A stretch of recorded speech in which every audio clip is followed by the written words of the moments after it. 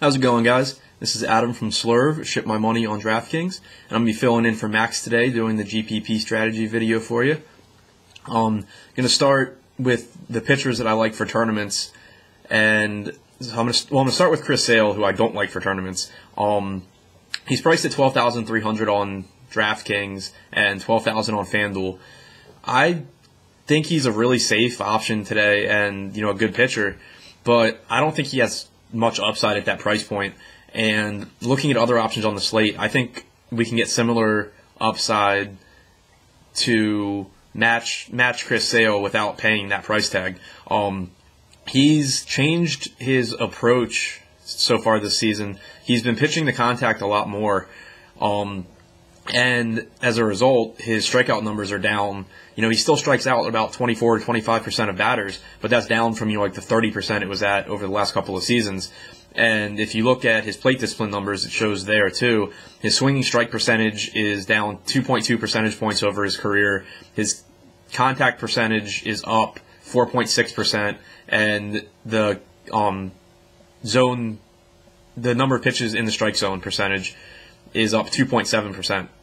So, he's clearly just really going with that approach of throwing more strikes. And he's facing a Yankees team that doesn't strike out a lot. They only strike out about 19% of the time against left-handed pitching. So you combine that Yankees team that makes a lot of contact with Chris Sale, who's pitching to contact this season. And I just don't think he has the strikeout upside in this matchup to pay off that, $12,000 price tag, unless he, just goes out and throws a complete game shutout. Which is obviously very possible, but I just don't think we need to pay up for him in tournaments today, especially when there are a lot of really good bats on the slate. So if you're going to fade him, though, you need to have guys who have upside that can make up those points. Otherwise you're just giving up points to the people that play him. And I think Rich Hill has that upside. He doesn't have an ideal matchup with Tampa, but I expect him to be pretty low owned. He's at $9,700 on DraftKings, $8,700 on FanDuel, and I think he's in play on both. I'm not a huge Rich Hill guy. I keep waiting, for the regression just because he came out of nowhere. But, he's just striking guys out at an elite rate dating back to last year. I expect his numbers to regress a little bit just because his swinging strike percentage is high, but not phenomenally high. But by regress, I mean still get a lot of strikeouts, just not like he has been. But in this matchup with Tampa, I expect him to be pretty low owned because, one, his price is a little high, and two, Tampa's just mashed some pretty good left-handed pitchers lately, and I assume that people will be hesitant to take another one against them. But if you break down Rich Hill's numbers, it's a pretty decent matchup for him. Against left-handed pitching, Tampa Bay strikes out 22% of the time. They've got a 328 WOBA and a 111 WRC+. So they hit lefties well, but there are still some strikeouts there, just not as much as when they face righties. Against right-handed batters dating back to last year, Rich Hill strikes out 32.4% with a 3.14 xFIP. So, he's just been really dominant against righties. And then if you get further into it, the Rays overall this season have a 13.3% swinging strike rate, which is the highest swinging strike rate in the majors by 1.5%. So even if you assume that, that number is inflated because they strike out so much against right-handed pitching, 1.5% higher than anyone else in the majors. They're swinging and missing a lot against everybody, not just righties. And then on top of that, they swing at the 7th most pitches out of the strike zone. And they make the least contact on pitches in the strike zone by 3%. So they just are really going to help out Rich Hill a lot today, I think. And Rich Hill has the second lowest zone contact percentage on the slate today, only to knuckleballer Stephen Wright. So you have a team that's going to chase a lot of pitches out of the strike zone, swing and miss a lot of pitches, and then Rich Hill, who has swing and miss stuff anyway, even when he's throwing it in the strike zone, teams swing and miss. So I think the upside is definitely there. It's possible that, Tampa gets to him. But if you compare him to Steven Matz, who Tampa, lit up the other day, Steven Matz's zone contact percentage is 88%, whereas Hill's is 77%. Matz has a swinging strike percentage of 8.2, whereas Hill's is 10.9. So they're both very good left-handed pitchers, but they're different profiles. Like Nats is more of a hittable guy, and the Rays can crush lefties. So it favored the Rays. Whereas I think this matchup favors Hill because he kind of profiles to match up well with them, since their weak point is how much they swing and miss, and his strong suit is how much he's able to make other teams swing and miss. So I really like Hill in this matchup. Moving down a little bit, Stephen Wright at 9,100 on DraftKings, 8,800 on FanDuel, I think he's also in play. Vegas doesn't like him a whole lot today, with Houston projected to score 4.1 runs, but I think it's a pretty good matchup. And again, he's overpriced a little bit, so I'm not sure he'll be that highly owned. Especially because I think people will pay up for Sale, since he's the only top priced option, which is another reason that I think the fade is good, because I think a lot of people will have him. But if you have Sale, it's going to be tough to roster either Hill or Wright and still get bats. So I assume they'll both be pretty low owned and good pivots off of Sale. Wright has already faced the Astros once this year. He went 6 2/3 innings, struck out 6 guys. He's been really, really good just so far this year. I expect him to regress a little bit, but his peripherals still look good. In his last start against Houston, he had 25.6 DraftKings points. The Astros are a team that swings a lot, swing and miss a lot, just strike out a lot in general. So I think the upside's there. And on top of him already having success against them, if you look at the BVP for the Astros against R.A. Dickey, who is obviously the other predominant knuckleballer right now, most of them don't really have success. The only guy who does is Carlos Gomez, and he is basically a shell right now of what he used to be. So I think it's just a really good matchup for Wright, assuming that we're able to get him at low ownership. So then moving off of those two, you got to look. You need to find a mid-tier pitcher, and there's a lot of options today that just kind of just have red flags, that I think are playable, but I don't love. I don't hate Jake Odorizzi. There's definitely a strong case to be made for Nate Carnes, but I think Carnes is a good pitcher, good play today. I just don't really like his upside a whole lot against the Angels. I prefer Chris Tillman at 7,900 against the Tigers. It's a little bit riskier because he is a fly ball pitcher in Camden Yards against a team with a lot of power righties. But I'm just completely on board the Chris Tillman bandwagon this season. And it's not just because I'm an Orioles fan. I was one of the last people to buy into it so far. But he has reverse splits throughout his career. And I know some people think, it's just a matter of time before he regresses back to that, which would make the Tigers a really good spot today. But if you look at just his pitching this season, there's a lot of reason to think that he isn't going to regress back to his career numbers. For one, he is now throwing a slider about 16% of the time. So, and that correlates with he has a 3.64 xFIP against right-handed batters so far this year, which is much lower than his number against lefties. And so I think it makes sense for him to have improved against righties, considering he now throws a slider that is meant to get righties out, and he throws it 16% of the time. So that's success that I definitely think is sustainable. On top of that, and so he's also throwing his fastball less. He throws his fastball 9% less than he does, 9% less this year than he has over the course of his career. So he's just basically replacing his fastball with more sliders and more changeups, and as a result, his swinging strike percentage is up from, it's normally around 8%, it's up over 10% this year. So he's gone from a pitcher who usually leads the league in 2-strike foul balls, he gets ahead of guys and then just can't put them away, so this year he's putting them away because he has that slider, he has the changeup, he has pitches other than his fastball that he's throwing.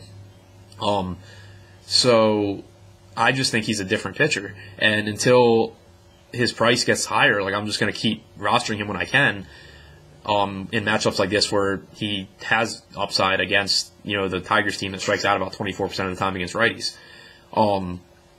He's had a couple starts this year where he's kind of struggled in the first inning, but then once he gets out of the first inning, he's just been really, really good. The Blue Jays was one of those starts. I, like many people, expected the Blue Jays to just light him up because they always do, and because they just have a ton of power righties. And he got in a bunch of trouble in the first, got out of it. made, a little mechanical adjustment and then was good to go the rest of the game. So I just really haven't seen anything out of him that makes me think that he is going to have like this huge regression to his career numbers that other people seem to think he is. Going a little bit lower from him, this is DraftKings specific, and I like Lance McCullers at 6,900 against the Red Sox. He's definitely a very high risk option, but at 6,900, I think he has upside. He threw, I believe, 75 pitches in his last rehab start, so I expect him to at least be able to throw you like 90 to 95 pitches today against the Red Sox. The Red Sox hit really well. They're projected to score 4.9 runs, so it's definitely not a play for the faint of heart. But last season he did strike out 24.5% of batters he faced, and he had almost a 1.5 ground ball to fly ball ratio. So if you're looking for a pitcher, to cool down this red hot Red Sox team, you want a guy that's going to strike a lot of guys out and get a lot of ground balls. And McCullers, is pretty good at doing both of those things. Last year he was generally playable in the mid 8,000s, and so I think the upside is definitely there at 6,900 for him. If you want a completely punt pitcher, then I'm interested in Junior Guerra going for the Brewers at 4,700 on DraftKings. Again, just a DraftKings specific play since you need two pitchers. But in the minors, he had some good strikeout numbers. At AAA, he struck out 25% of batters he faced. That number is down in the majors, as you would kind of expect. But he's facing a Padres team that strikes out 25% of the time against right-handed batters. In his two starts this year, he's been pretty serviceable. He's gone 6 innings, I think 4 runs in both. In his last start, he threw over 90 pitches, so he's definitely stretched out and shouldn't have, a major pitch limit issue. And at 4,700, he just doesn't have to score super high to pay off, especially on a slate like today where most of the mid-tier options have limited upside. So chances are the popular ones, are going to score like 20 points at, 7,000 or 8,000 or whatever. And you can have Guerra score 15 or 16 at 4,700. That puts you ahead, because you have all that extra money to spend on bats. He is risky because so far this year his ground ball to fly ball ratio is 0.64, which is not a good thing in Miller Park, but it's the Padres, and they just offer upside that most teams don't because they just swing and miss so much. So, I think he's in play if you just don't like any of the mid-tier options and just want to totally punt pitcher and then spend money on bats. As far as bats go, I think Coors Field's definitely in play. I'm planning to fade it because Matt Harvey and John Gray both profile as the type of pitchers that can do well in Coors. They're both capable of striking out a lot of guys, both mainly fastball slider pitchers, and they both can get some ground balls. So I'm not super excited to take Coors at high ownership, but if everyone else is thinking the same way, then I have no issue going to Coors. I will say that David Wright is the highest rated hitter in my model going into tonight. So that's someone that I'm interested in. And that's also because I assume he's someone that people will skip in their Met stacks. If I could see the Rockies being low owned just because Matt Harvey still has name value. So if I think everyone's going to just go Mets, I could definitely see going at least with the Rockies lefties against Harvey. But other than that game, I really like the Orioles today against Verlander. They profile better against pitchers like Verlander than they do against guys like Pelfrey. Just guys that throw fastballs, throw pretty hard, and are going to just challenge them. That really plays into their power. And you have Verlander, who has reverse splits this year. He's got a 3.9 or 0.397 WOBA, 4.75 xFIP against righties, 21% strikeout rate, which is 5% lower than his strikeout rate against lefties this year, and he's given up a 36% hard contact rate and 40% fly balls to right-handed batters. So, you have a bunch of right-handed Orioles that hit for power, and they're gonna most likely hit the ball hard, and it's in Camden Yards, so hard hit fly balls, are home runs. And then the lefties on the Orioles are just power lefties too, with Davis and Alvarez.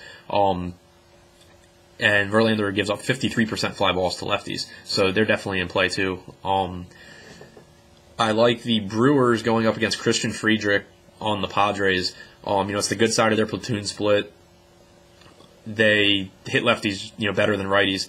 And over his career, Christian Friedrich's been really bad against righties. He's got a .389 WOBA, 4.37 xFIP, 30.8% fly ball rate, and a 1.29 ground ball to fly ball ratio, which is lower. It's more fly balls against righties than against lefties.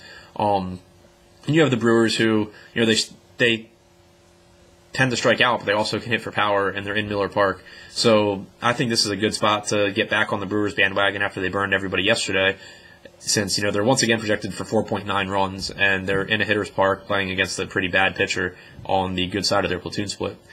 The Giants in Chase Field against Shelby Miller is a really good spot today. I assume they'll be pretty low owned with all the other options, especially because their numbers just don't stand out, but a lot of that's because their power numbers are so suppressed because of playing in San Francisco. They're facing, Shelby Miller in a great hitter's park. They're on the road, so they're guaranteed 9 at-bats. Miller's been horrific so far this year. He gives up a 43% fly ball rate and 37% hard contact. And the Giants are projected for 4.9 runs, so Vegas agrees that they should do well. Chase Field this year has pretty much just been like Coors Field light, and if you can get teams at low ownership there, it is a really profitable way to go. It's actually how I qualified for the Playboy Championship, was taking the Rockies when they were playing at Chase Field because no one takes them on the road. And I think the Giants could be in a similar spot today against Shelby Miller. And then finally, my really just off-the-wall stack is the Reds against Jeremy Hellickson. They're only projected to score 4.1 runs, so I don't think they'll really stand out to anybody. But they're playing in Philadelphia, so they're in a hitter's ballpark. And Jeremy Hellickson hasn't really been bad this year, but his repertoire just breaks down really well, I think, for the Reds. He doesn't throw a ton of fastballs. He throws a lot of curveballs, a lot of changeups, trying to keep guys off balance. But the Reds hit changeups pretty well and just absolutely crush curveballs this season. Like, they're the third best team in the majors facing curveballs. And Hellickson does give up a lot of hard contact and a lot of fly balls. So I think it's a spot where he might struggle more than usual because his go-to pitches are pitches that the Reds just hit well. So they're a team that I don't plan on having like a ton of exposure to, but if you want to make like one or two just really, really contrarian stacks, I think the Reds are a really good spot to do that. So that's what I'm thinking right now. Stop into the Slurve chat later, get my thoughts as I build my lineups, and have more information once lineups come out. Good luck today, guys.